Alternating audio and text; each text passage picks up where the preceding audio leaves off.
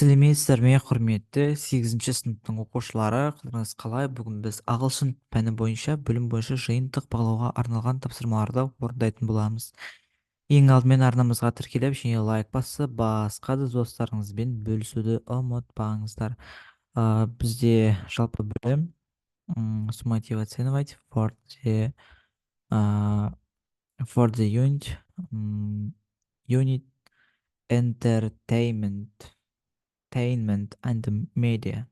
Осы жалпы тақырып бойынша бөлім бойынша жиынтық бағалау тапсырмасын орындайтын боламыз. Ойын сауық және бақ бөлімі бойынша тапсырманы орындайық. Алғашқы тапсырма бізде спикинг тапсырмасы. Бірінші картаны таңдаймын.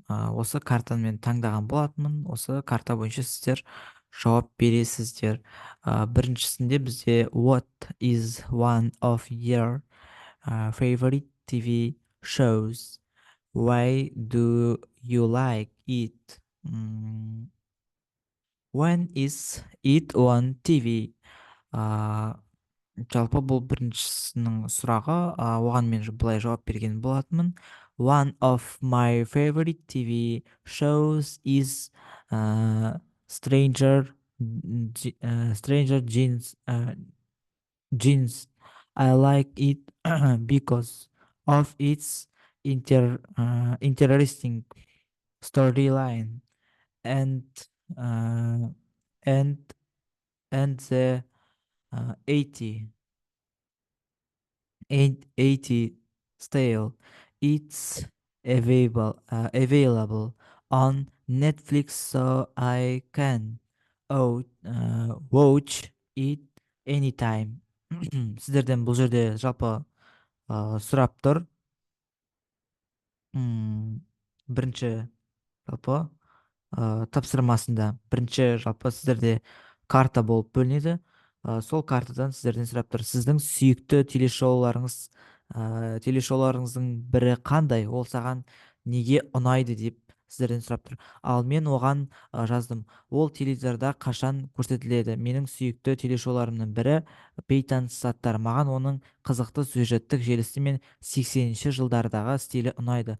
Ол Netflixте қолжетімді, сондықтан мен оны кез келген уақытта көре аламын деп жалпы айтып кеткен болатынмын. Енді келесі екіншісіне көшейік. Do you think that TV makes people lazy? You drive him, please. Бұл жерде сұрағы, ал оның жауабы yes, TV can sometimes make people lazy if they watch it for too long. For example, people might choose to watch shows instead of going for a walk, but it depends on balancing screen time with other uh, activities. Ал оған мен жауап бердім осы жерде.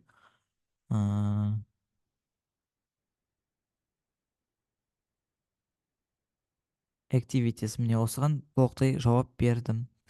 Енді келесі сұраға бізде what are the benefits of reading a newspaper or a magazine with the popularity of the internet? Do you think newspapers and magazines will disappear? Ал оған мен жауап бердім. Reading newspapers and magazines helps you understand topics in more depth. While the internet is popular, I don't think print media will completely completely disappear, but it may mostly shift to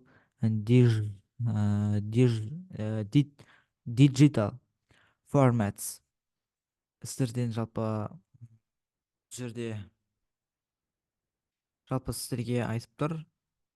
Бұл жалпы екі сұрақтың да сіздерге қазір аудармасын айтатын боламын.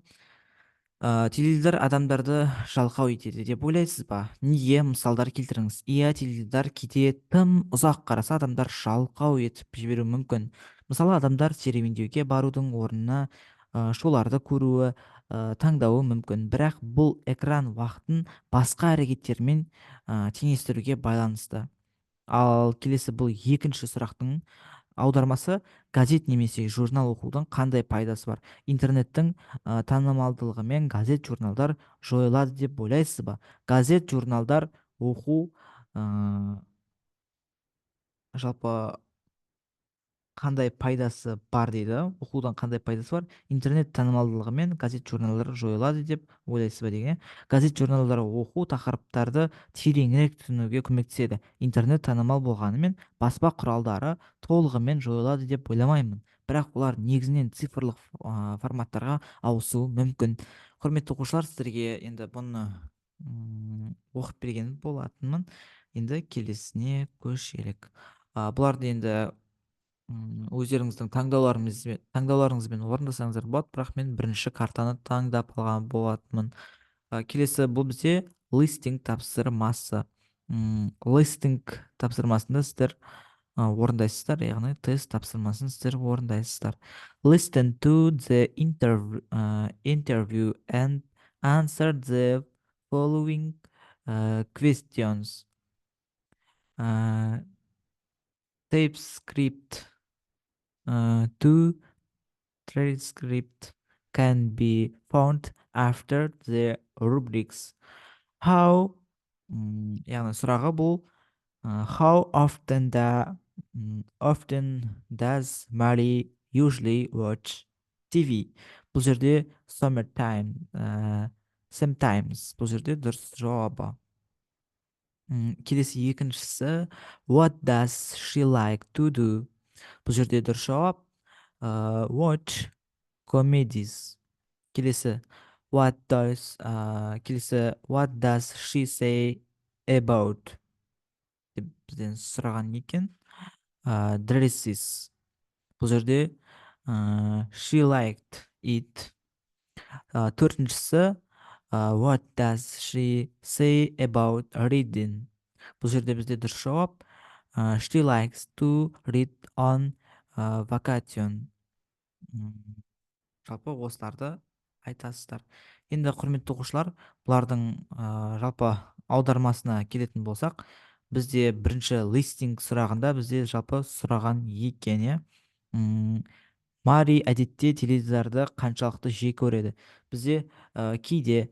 Келесі екінші бұл бізде ол не істеген ұнатады? Ол жалпы комедияларды көру. Келесі үшіншісі ол 27 көйлек туралы не дейді? Бұл жерде оған ұнайды. Төртіншісі бұл ол оқу туралы не айтады? Ол демалыста кітап оқығанды ұнатады. Жалпы осы аудармалары. Құрметті оқушылар, осымен біз тапсырмалардың барлығын толықтай орындадық. Бізде берілген балл 8 балл. Осы 8 балдың толықтай 8 балын жинап өткен болатынбыз. Енді құрметті оқушылар, осы еңбегімізді бағалап, арнамызға тіркеліп, және лайк басып, басқа да достарыңызбен бөлісуді ұмытпаңыздар. Алдағы уақыттарда дәл осындай БЖП тапсырмаларын сіздерге арнап орындайтын боламыз. Сол себептен біздің еңбегімізді бағалауды ұмытпаңыздар.